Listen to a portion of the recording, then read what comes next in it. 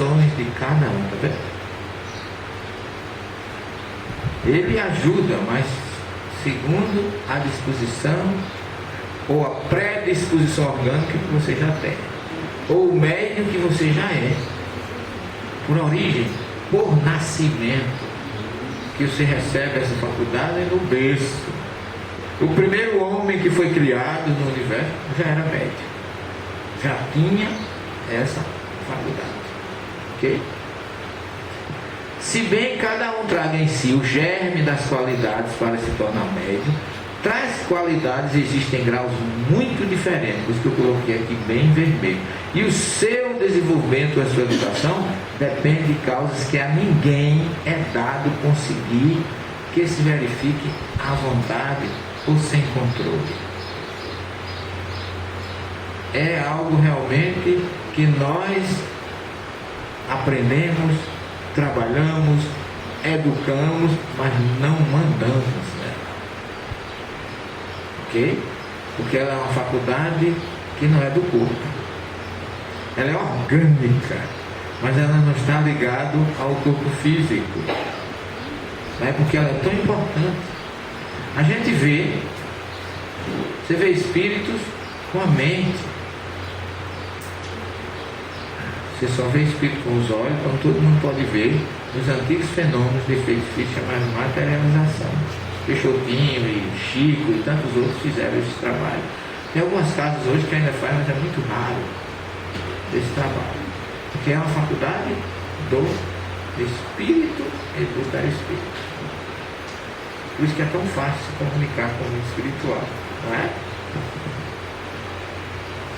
E aí Kardec traz essa mensagem do Espírito Erástico, que é melhor repelir 10 verdades do que admitir uma única falsidade e uma só teoria errônea. Isso se aplica muito à mediunidade. Porque como é uma coisa intrínseca e o ser humano é terrível, nem sempre ele é fiel aos princípios morais, espirituais e educacionais. Algumas vezes as pessoas tendem a falar alguma coisa que não é sua, que é do Espírito, diz que é sua, muitas vezes que não é sua, é do Espírito. É muito sutil a questão da faculdade mediúnica. Por isso que a diversidade é imensa. E por isso que muita gente fracassa na missão mediúnica. Porque vocês sabem que a gente é chamado mais pela dor, para a casa espírita, do que pela razão. Eu entrei arrastado.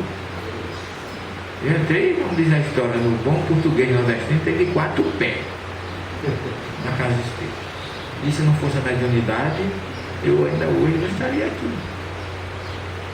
Foi a minha mediunidade e o que eu passei que me fez ser chamado pela dor. Eu gostaria muito hoje de dizer assim, não, eu vim pelo estudo. O estudo veio depois como uma consequência de dar suporte àquilo que eu não pude dizer não. O estudo me libertou do medo, que eu não tinha medo de espírito, não, eu tinha pânico. Né? Mas eu via com tanta naturalidade que eu achava que o que eu via não era espírito. Então por isso que eu ia me salvando. Quando chegou a hora certa, pelo conhecimento, eu consegui resolver, graças a Deus, a minha dificuldade. Kardec diz que médium, veja bem, essa definição é bom que a gente capte ela muito bem. É todo aquele que sente num grau qualquer a influência dos espíritos. Todo esse é considerado médium. Mas a gente, quem é estudioso, quem gosta de termos e quem gosta de ir mais a fundo nos conceitos, tem que concordar que se Kardec disse que é todo aquele que sente, é porque existe aquele que não sente. Ou não? Senão eu teria generalizado. Médios somos todos nós. Porque ele mesmo dizia, eu não sou médio. Kardec não se declarava médio. Embora, quando ele vai receber o Evangelho segundo o Espiritismo, que ele trabalhava 14 horas fora de Paris, no interior da França, nem a esposa dele sabia o que ele estava trabalhando, o que ele estava fazendo. Kardec não contava nem tudo às mulheres, ele estava inteligente. Algumas coisas acho que eu vou pra casa mais cedo hoje, né? Então ele, nem a esposa dele sabia de nada. E ele manda umas perguntas para o médium, que quem assistiu quem acompanhou toda a produção do Evangelho segundo o Espiritismo foi o Espírito São Luís. Vocês sabem disso. É o mentor espiritual da obra do Evangelho. E Kardec manda perguntar para ele, lá em Paris, ao médium, que pensais, olha a pergunta de Kardec, que pensais da obra que eu estou realizando? Não disse o que era, como era. Kardec era muito perspicaz nas suas colocações. O que é que você pensa da obra que eu estou realizando? E a resposta do Espírito São Luís foi fantástica. Ele disse: essa obra fará com que o planeta Terra deixe de gravitar nos planetas das sombras ou das trevas. Fantástico. E a gente nem nota a importância dessa obra.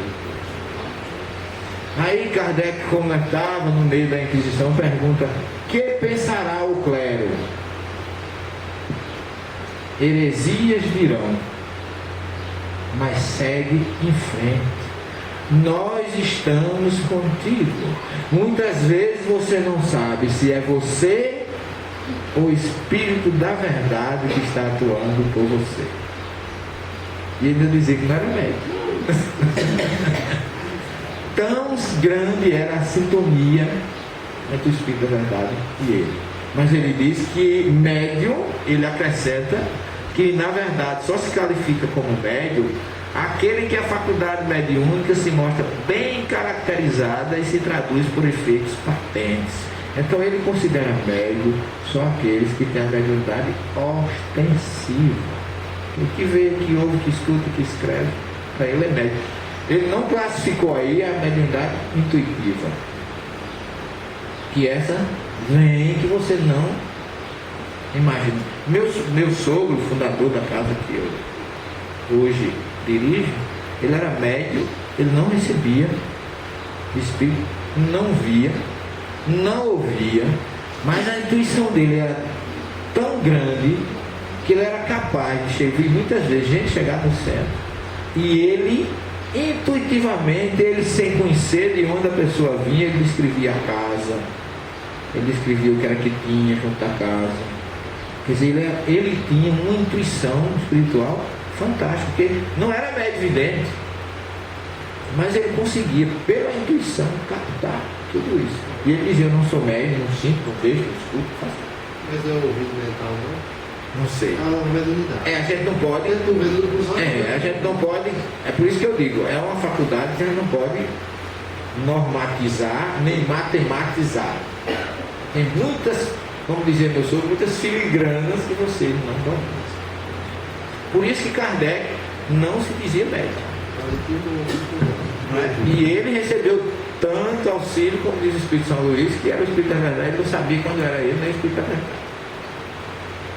Então ele diz que essa faculdade é inerente ao homem, não constitui, portanto, um privilégio exclusivo que você não pode se julgar importante por ser médium. Você não pode fazer média porque é médium. Tá certo? Porque é uma faculdade que faz parte do homem. Ninguém pode se considerar importante, maior ou menor.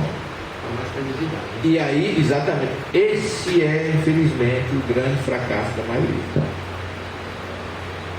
Que se julga importante por ser médium. A humildade. Chico Xavier foi médium por 70 anos, sempre sintonizado com Jesus. Por isso que ele não caiu, por isso que ele venceu todas. Passou muitas dificuldades, tentaram muitas vezes humilhá-lo, não conseguiram, porque Chico era a humildade em pessoa. Uma vez uma equipe foi lá dizer que ele estava orgulhoso, que ele ia cair. Você está muito importante, seu Chico, você vai cair. Chico disse: vou não, meu filho, não vou cair não. Vai, você vai cair. Chico disse: eu já estou debaixo do tapete há muito tempo, não tem mais como cair, eu já estou no fundo do poço. Quer dizer, era uma pessoa assim, quer dizer, não era tocado pela questão da vaidade, nem do sentimento, nem da mágoa. Ele estava acima dessas questões todas, o que é muito difícil, pessoal. Porque por trás de um médium tem sempre um grande devedor. A mediunidade é aquele... Imagine você faz uma conta imensa, não tem como pagar, adquire muitos débitos, a conta está muito grande, não tem fiador, e Deus lhe dá a faculdade mediúnica para, através de suaves encarnações de 80, 60, 70 anos, você ir saldando o seu débito de muitas e muitas longas existências. E o médium tem essa oportunidade. Agora, a mediunidade, isso é ótimo, isso vai diminuir o débito se ele servir, se ela for aplicada em benefício dos outros, sem interesse secundário e qualidade nenhuma. Dai de graça, que de graça recebeu.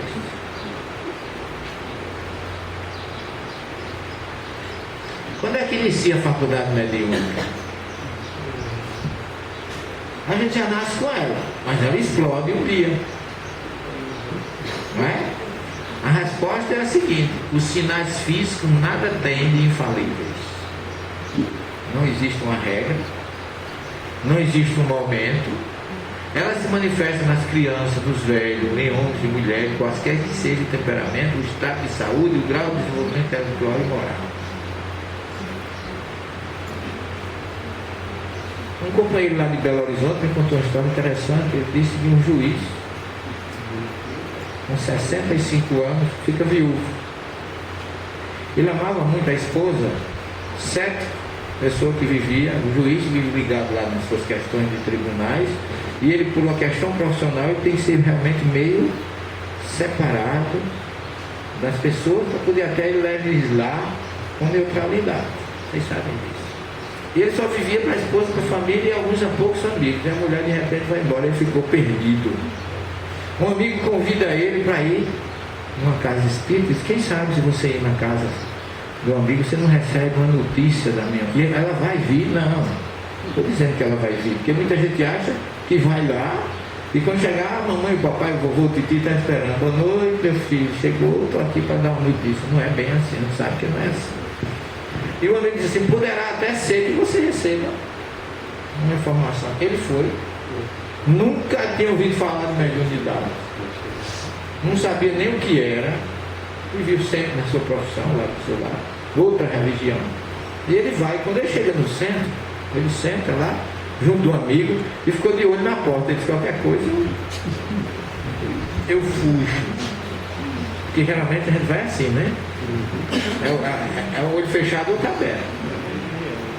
Aí quando chegou lá, sentou, de repente trouxeram uma moça numa cadeira de rodas, puseram lá no canto da sala, e quando bateu os olhos naquela moça, ele sentiu que alguma coisa diferente passou por dentro dele, ele não sabia o que era. O que é? E sentou, disse: vamos trocar de lugar com o amigo, ele fica mais perto da porta, né? Com medo.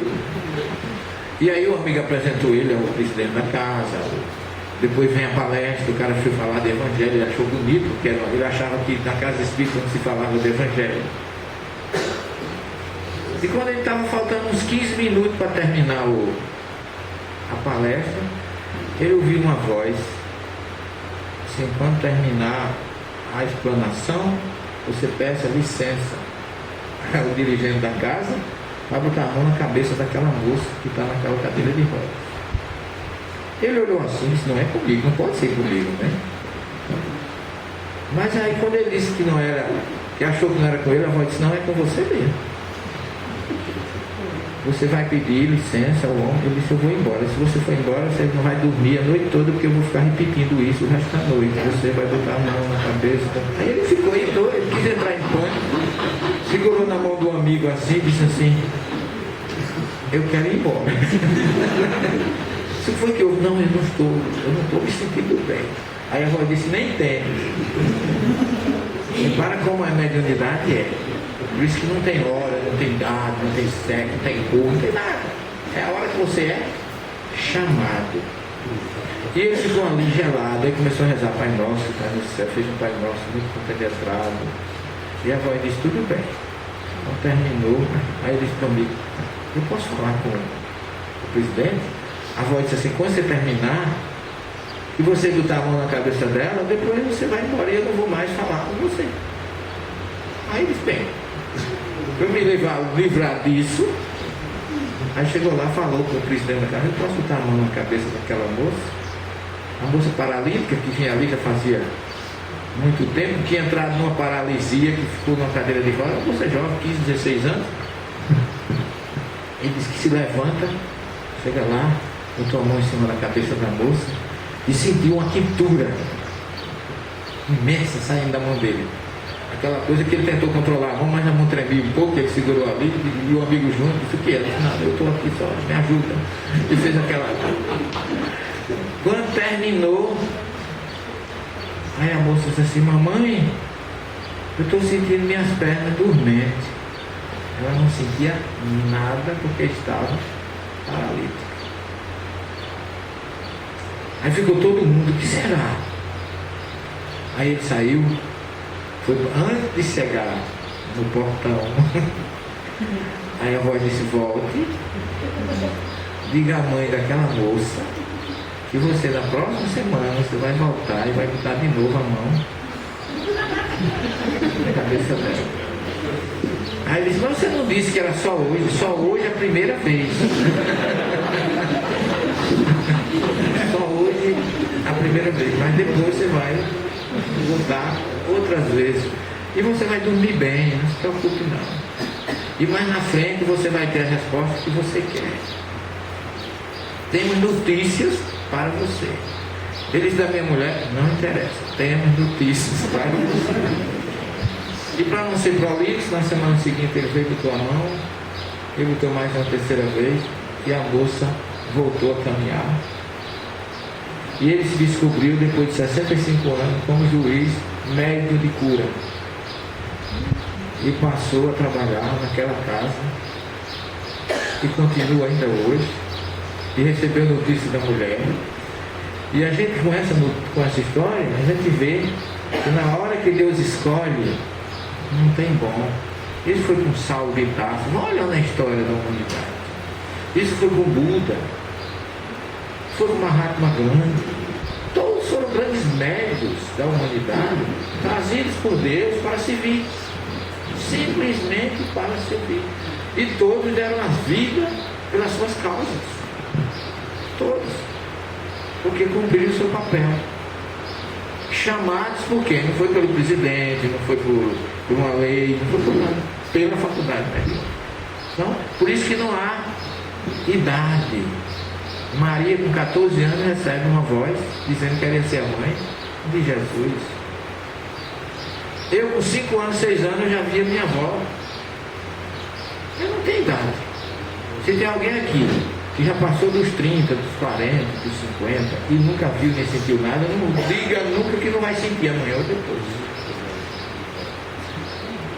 Muitas vezes a gente passa, né? Tem gente que senta na mesa mediúnica querendo receber entrada, não recebe.